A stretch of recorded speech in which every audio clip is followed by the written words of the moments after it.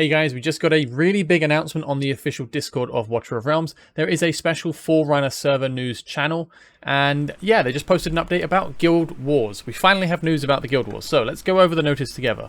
We're excited to inform you about an upcoming new update planned on the 10th of August. Rest assured, all servers will remain online throughout the update, ensuring an uninterrupted gaming experience. Once the update is finished, simply relaunch to enjoy the new content. We truly appreciate your understanding and support. Afterwards, you'll receive 50 diamonds. Okay, so just to really state this clearly, this is for the Forerunner server. This is not coming to the global server yet, but it will be introducing the new Guild War mode. So that'll be coming today and up tomorrow. So I'm going to be playing a bunch of the Guild War on the Forerunner server, and I'll be making a bunch of videos over the week showing you exactly how this works. So that'll be really awesome to actually finally get a look at this system. And I've already briefly read over this, and I am actually quite excited. I think it could be good fun. So let's continue. The all-new Guild War mode is available. Join forces with your brave guildmates, lead powerful demon soldiers, and claim your glory. Guild War requirements: to unlock this mode, your guild must reach level 4, and you must have cleared campaign hard 5, stage 14. So now this introduction is basically explaining how Guild Wars work. The first one is the main one that gives us all of the juicy information. Guild War occurs every 2 weeks. The first week is the preparation phase, during which guilds choose an empty allied fortification to deploy their garrison team and complete the sign-up process.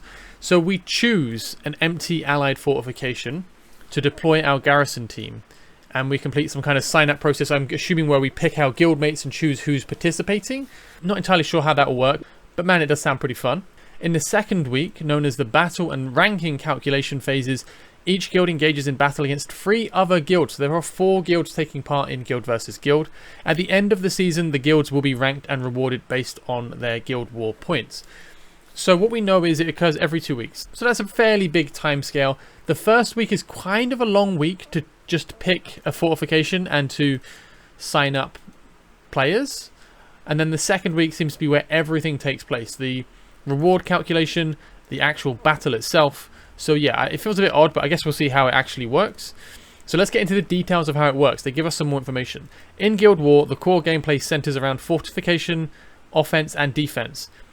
Each commander must tactically deploy heroes to protect their fortifications, and at the same time employ demon soldiers to attack enemy garrisons. So we're going to need to deploy heroes to protect fortifications. I'm assuming that means we're going to need many heroes. We can't just cheese it using Hatset, Salazar, Vierna on every single thing.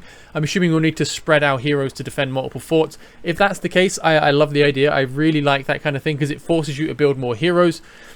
If you're thinking, well, I don't have a lot of heroes built, that's fine. The game's not been out in global for like a month even yet. We'll get there, but it gives us incentive to build more heroes. Otherwise, you will just rely on the same core heroes for everything. So I love this idea. I love that if it is that way, that we'll need to build more than a few heroes to really achieve some of the later game stuff. I think that will be fantastic if it is that way. I really like the idea of needing to use more heroes overall. So the third point, demon soldiers are exclusive attacking units designed specifically for Guild War. So I was vaguely aware of this from the past notices, but now we get to hear a bit more about it, and it sounds pretty interesting. They function similarly to monsters encountered in normal stages and can be trained and deployed strategically. To obtain demon soldiers, you have various avenues, including the gear raids, expert stages of campaign, void rift, guild boss battles, and the guild shop. So that's kind of a lot to take in, number 3, as a whole. So we have demon soldiers that we will use to attack other guilds' forts. That's the assumption, right? Odds are we'll see an opposing guild's defenses, and we'll choose which demon soldiers to send to siege that fortification. And we'll gain these demon soldiers by playing through gear raids, the expert campaign, void rift, guild boss battles, and guild shop. I am really fascinated to understand how this works. Are they going to be like heroes that we keep long term, or are they expendable and you need to kind of farm them for each guild war? So you need to be quite active as a guild to maintain a strong demon soldier army, I guess. So it's interesting because otherwise, yeah, I don't know how it works otherwise. Like, I guess the expert campaign stages will get a bunch because we've already completed most of that, or all of it in some players' cases. But then if we're getting them from farmable sources like gear raids and void rifts, and guild shop and guild boss battles, then it kind of denotes that either they have enough scaling within them that it will be akin to having heroes, or they're expendable, right? So I'm curious to see which one it is. I kind of like the idea of them being expendable. It is more stuff to farm, but it feels like it could be quite fun. Naturally, this means that whales are going to destroy everyone, but I mean, that's always the case. Like, never expect in PvP to have an equal footing with whales. That's what these games are designed to do, right? So, of course it's going to be pay to win. It's a gacha. To enhance the battle power of your demon soldiers, you can affiliate them to the heroes you possess or upgrade them. Affiliating a demon soldier to a lord hero grants additional power. And demon captains can only be affiliated with lord heroes. What on earth? I don't know. I don't know what this is. This is crazy, right?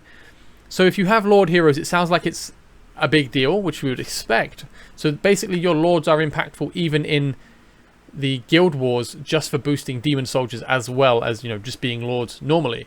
But then they have demon captains. So it feels like right now the only image I have in my head is that the demon soldier stuff, the demon soldier army, is like having a second roster of heroes, but demons, used only for guild wars. You can upgrade them, or you can affiliate them with heroes. So affiliating them with heroes grants them additional power, and upgrading them, I don't know. So if you can upgrade them, then that makes it sound like maybe they're not expendable, maybe they don't die. But we'll see, I guess. That'll be kind of interesting. Yeah, I can only speculate so much. It sounds fascinating, but I'll definitely look into it tomorrow, and I'll be uploading a bunch of videos on this because I'm really stoked for this stuff, as you could probably tell. Anyway, let's move on. Before the first ever Guild Wars season commences, on the 14th of August, a series of Forerunner seasons are organized to acquaint commanders with the intricacies of the Guild War mechanics. During these seasons, more Guild War command swords are provided per round, and the differences in season ranking rewards are more limited. The Guild War points and ranks earned in Forerunner seasons are reset once the subsequent public season begins. Okay, so it sounds like there's going to be some kind of test season just so we can figure it out and we can mess about. They're going to give us more command swords, which I'm guessing is how we attack. There's a command sword that's consumed to send a demon army to attack an opposing guild's fortification. So for the initial season, so the first 2-week Guild War chunk, we will have more attacks available, but afterwards it will reset the rankings, I guess, so that doesn't really count. It's just a warm-up for when it really kicks off. That makes sense. That's a smart way of doing it, and hopefully it gives them time to fix any issues that are found. Anyway, that is the biggest part of the announcement. That is the Guild War. Super stoked. I'm really looking forward to that. Genuinely, the reason I play gacha games is because I played Summoner's War like 7 years ago, and I loved I think it was about 6 years ago, and I loved the Guild War system. It was my favorite thing, and it's the reason I play gachas. I love having the guild community, and I like talking and communicating amongst each other to try and figure out the Guild War stuff. I just think it's really fun, so I'm really excited for this to come in, and I hope it's done well, or at least I hope they are receptive to change if we do find big problems with it. Although I said the demon soldiers are likely going to be very pay to win, because you can, I mean, if you've got stamina, you can farm more of them, right? So I assume that might be a thing. It depends on how they function.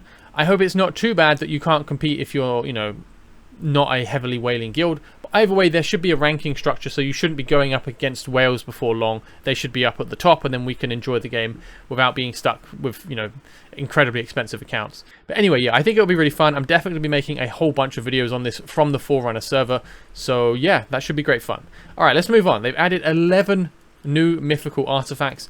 Brokir is getting one. Brokir, he's not in the global server yet. He is probably my favorite defender in the game. The guy is just insane.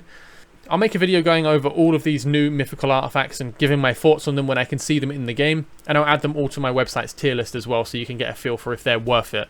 Nocturne gets Mind Flayer. Nocturne is a really good single target mage, so that's great. Twin Fiend gets one, so they're giving it to Legendary Lords exclusives. That's kind of crazy. Ajax gets Drake Master. Volker gets Bloody Fawn.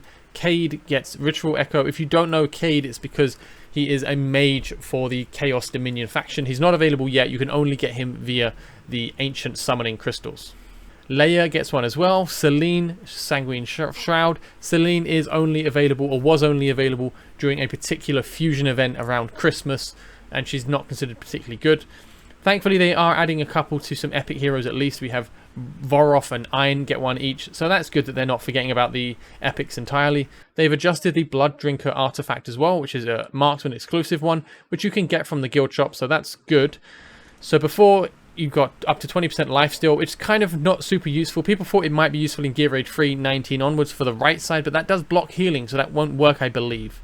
Afterwards, instead, it just increases your damage by up to 15%, and dealing damage just straight up restores a percentage of your max HP. So that's actually quite good now. I think that's actually a really good artifact now.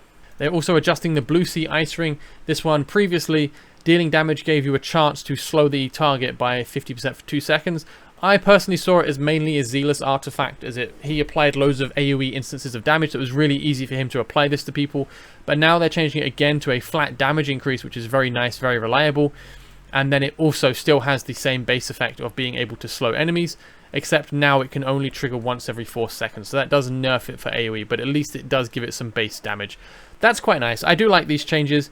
It kind of nerfs the utility of Blue Sea Ice Ring to be used in conjunction with cursed teams, because if you can only trigger it once every 4 seconds, then it's not as good for someone like Zealous, because you want to be proccing it on everyone to slow everyone down. But I guess it kind of kills the utility of some mages. If you can chuck this on a Zealous and now he's kind of like a Mari that does damage. I think it's good. It's good to get more damage, more available, and to make these artifacts better, especially the Blood Drinker.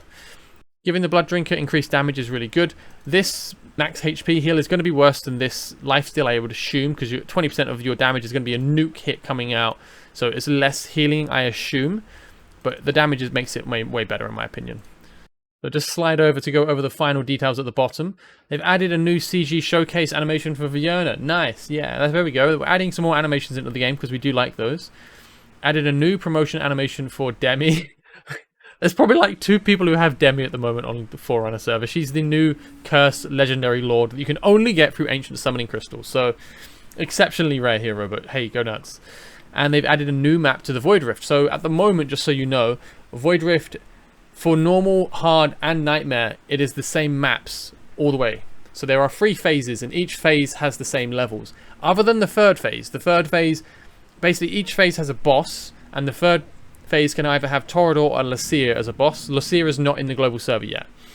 So each week it will be random depending on which stages you get. So if you've got the Lasir stages or the Torador stages, it's like that entire phase is different. Each phase is like 5-6 missions. So I assume when they say adding a new map to the Void Rift, I'm assuming it means it's a new phase. So that maybe the second phase now has 2 variants, but I guess we'll see. And finally, optimized monster values in Arena for faster battle outcomes. Does that mean they're stronger? And optimize some chapter rewards in the Hero's Path. So just after I finished the Hero's Path, they're changing it again. Anyway, that is it. That is the update notice. As I said, I think this Guild War notice is the massive part of the announcement. I'm really stoked. I'm really excited to play that and to see what it's like. I'm going to be making loads of videos on that. It's going to be great fun. So anyway, but yeah, that's it for the video. I just wanted to go over this notice as I think a lot of people will be excited to hear this. So thank you guys very much for watching. Have a great day. Take care and bye-bye.